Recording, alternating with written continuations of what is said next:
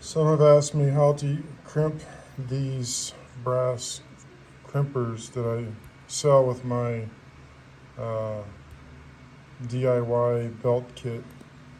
So the crimp thing, copper, has a ring on one end and it's smooth on the other. So the way I like to do it is I like to make it like that, where the ring is facing inwards. Okay, that helps it lock in or grip the Endo 3's little bracket. So what I want to do is, because this is a little bit wider, the belt is wider than the round thing, squeeze it down just a little bit,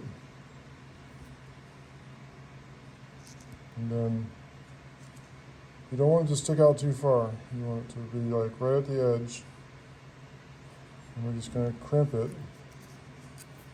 There's a high edge right here in the middle of the pliers. See it right there? We want to crimp that right in the middle of that ring.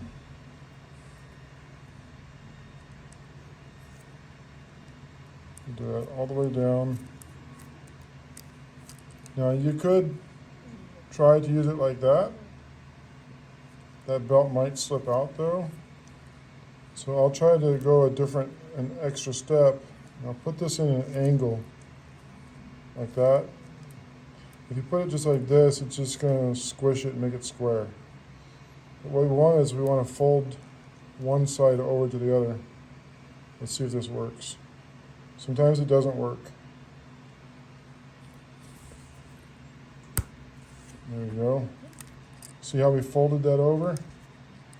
Now we're going to squeeze that closed.